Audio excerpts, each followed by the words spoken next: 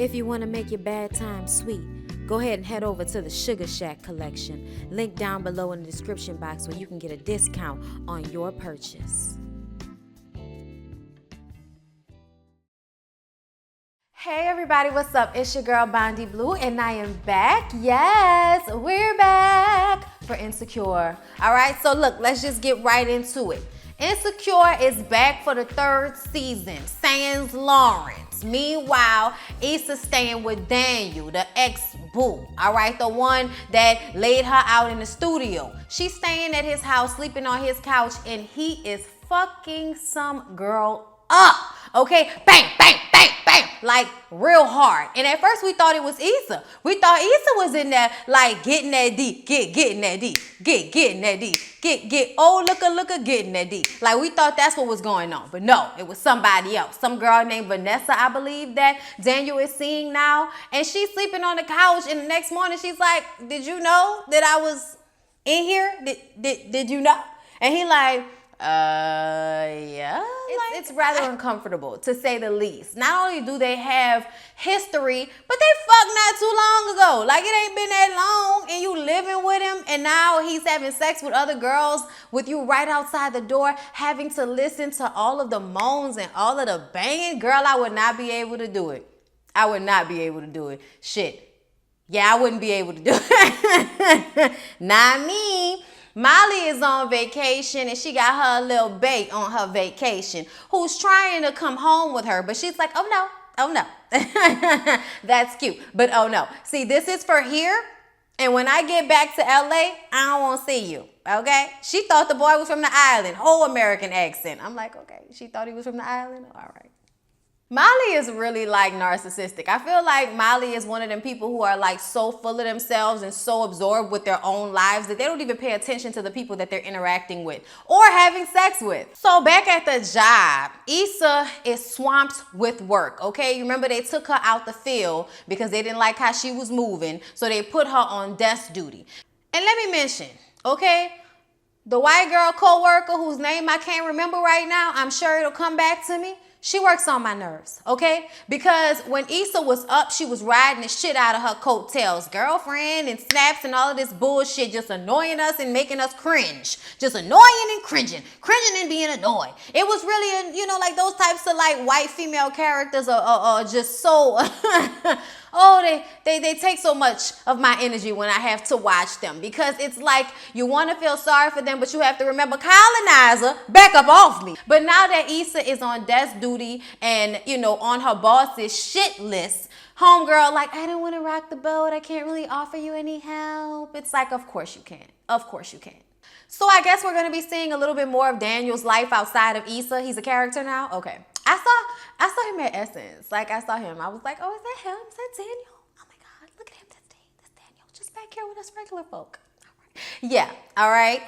Nice looking in person as well.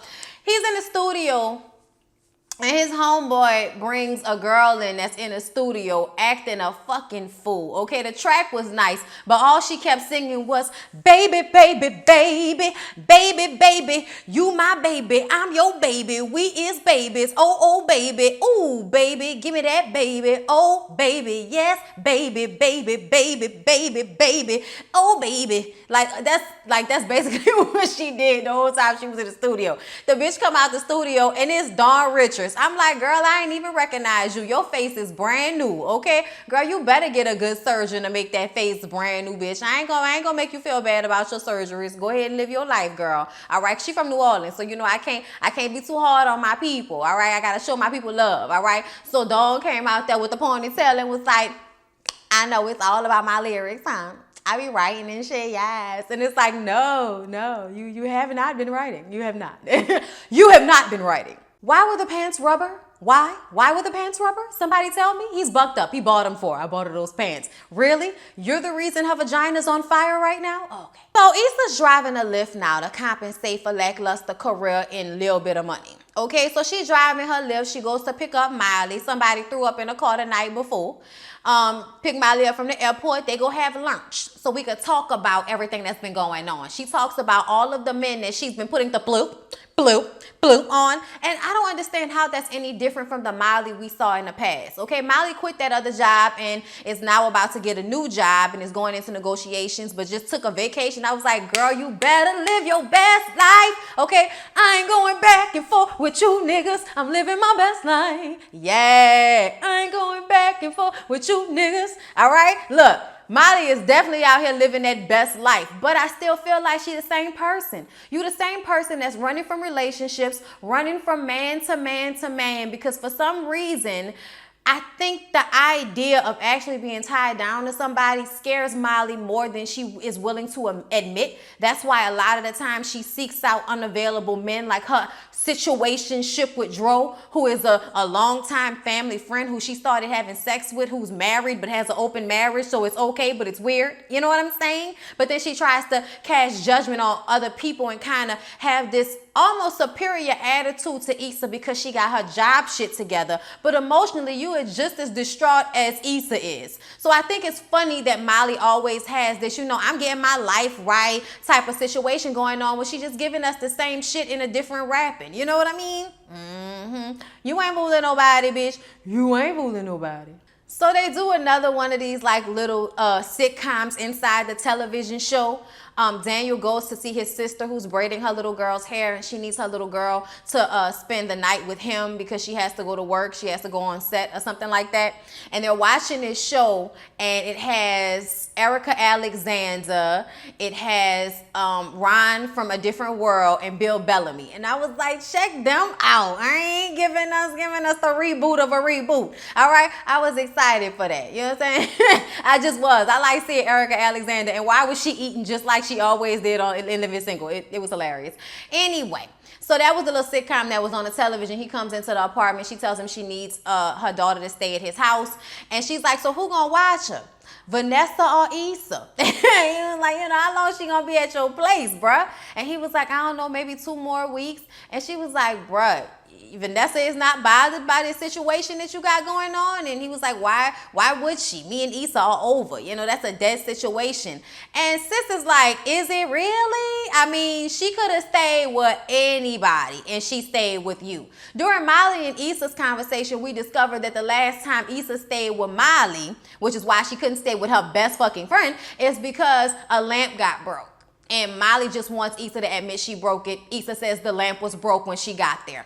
I don't know, but that's some petty shit to make you go and stay with one of your ex-dudes so you can lay up on his couch while he bangs some chick out, giving her the best dick of her life right across from you. Like, that's a lot to go through. So I agree with the sister that obviously Issa has her reasons, which she hasn't really shared with the class, as to why she decided to go and stay at Daniel's house.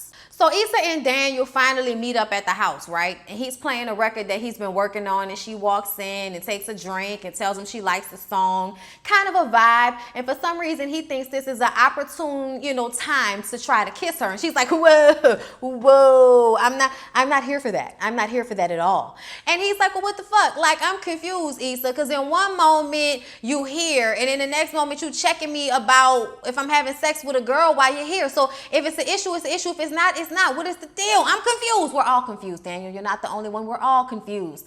Issa says that she's not here for that, all right? She's staying with him because he's close to her job and because she couldn't stay with anybody else, and she knew that, he would be there for your girl or whatever.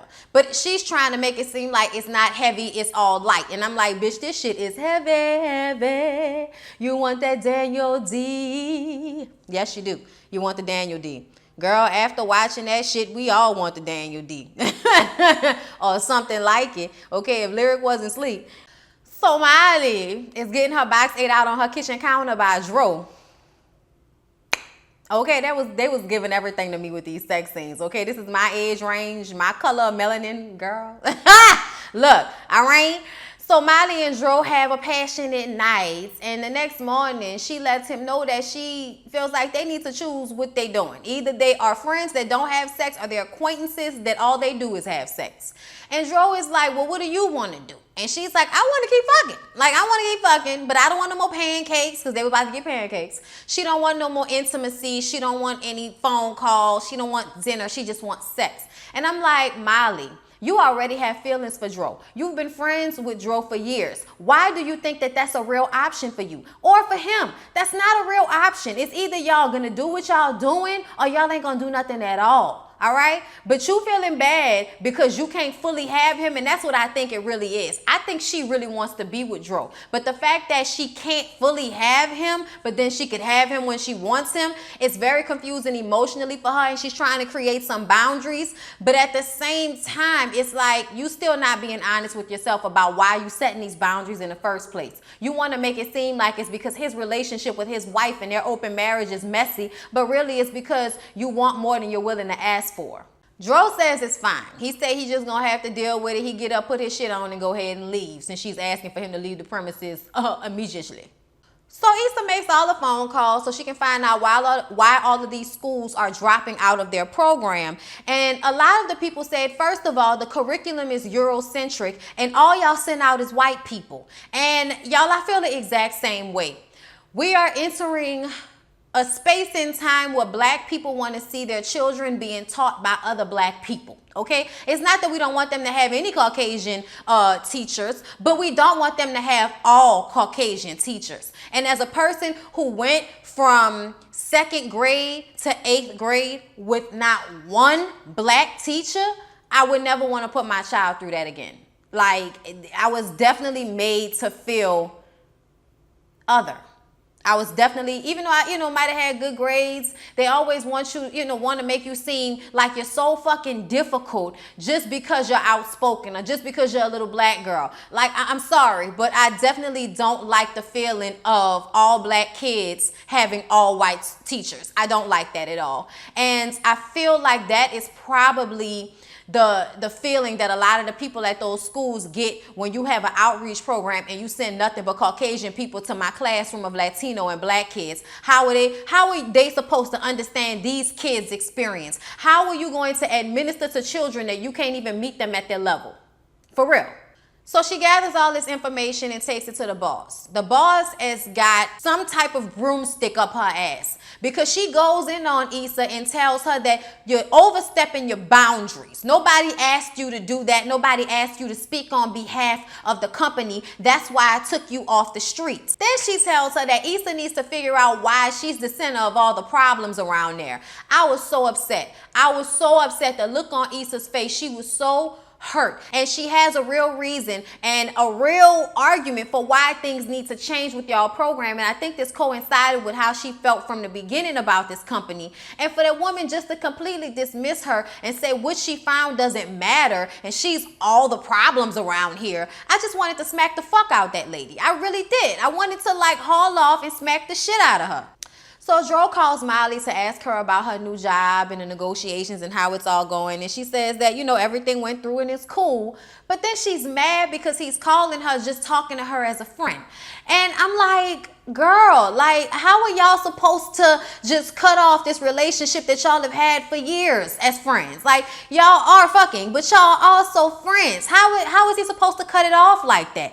So Issa does her little lift service to kill time, and Molly hops in the car with her because she has a date later on with Dro, but wanted to kill some time before the date. So they go driving around, they pick up 2 chicks going out, they pick up another little cute, light skin zoom with the light eyes and shit like that. His whole little energy is everything. I think he was just on small doses. Like he was just on the last podcast, I think, that Amanda Seales did, of small doses. But anyway, so he's in the car and they pick up this really big dude who decides to start rolling a blunt in the back seat. And Issa is like, oh no sir, no, please don't do that in here. And like people do when they ignorant as fuck and you telling them that they're doing something that's making you uncomfortable, they tell you, oh no, you all right? No, bitch, I'm not all right. Oh my God, y'all.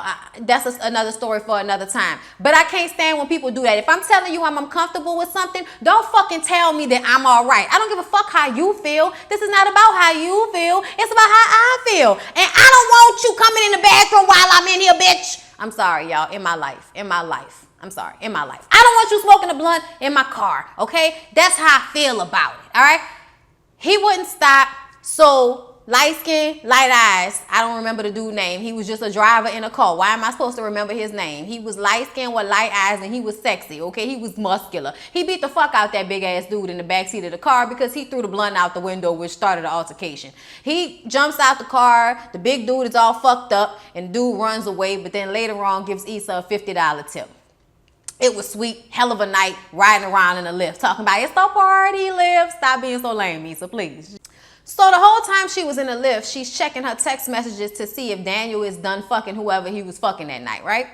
Because he told her, heads up, I'm fucking tonight. You asked for a heads up, here's the heads up. So Issa makes it back to Daniel's and she finally tells him that she still has feelings for him and that she lied. And it's very confusing for her to have these emotions about him. But it bothers me that you sleeping with other girls in front of my face. He asked, well, why are you here, Issa? Why are you here? And she says, because I knew that you would take care of me. And Issa needed that. She needed somebody who she knew would be able to, you know, take care of her, that she could lean on at this time when she's almost dead broke with no place to live. But she also checks Daniel and lets him know that, come on, bro, you know I'm sleeping on the couch and you know we got history and you in here banging bitches out for dear life. Like, you know what you doing. You know you trying to get under my skin too. And he just kind of looks and was like, yeah, all right, and walks off. And I'm like, well, what the fuck does that mean? Yeah, all right. What does that mean? Do you understand? Do you agree? Do you respect my feelings? What's going to happen now? So Miley gets out of the shower, and there's Dro, all right, sitting on her stool in her kitchen waiting on her to get out the bathroom. She all in the lingerie and everything. And she was like, oh, so you let yourself in? And he was like, yeah, I mean, I called and you didn't answer, and I figured you was in the shower, so, you know, chilling. And she gave him a key to her place. So why now is this an issue? So he had the 2 glasses of wine waiting and she walks over and they kiss and she's like, can I have the key back to my place? He's like, why? Like, what brought this on? She's like, look, bro, I'm trying to keep boundaries between me and you. And I feel like you're not really understanding. Just because you and your wife's situation is all messy and shit, don't mean everybody want their situation like that. He said, hold up. You don't know shit about what me and my wife do. So don't even talk about that. What you need to do is figure out what you want. And Miley's like, well, I want my key back. All right. So he was like, you know what? Took the key, gave her the key. I'll go. Peace out. Deuces. And he left. And I'm like, there you go. Alienating another dude. Even though he wasn't the right dude, I still feel like she alienates anybody that she thinks cares about her. So Issa chilling on the sofa and Daniel is going out for the night and says she'll have the place to herself and calls her the roommate. I guess that means everything is cool.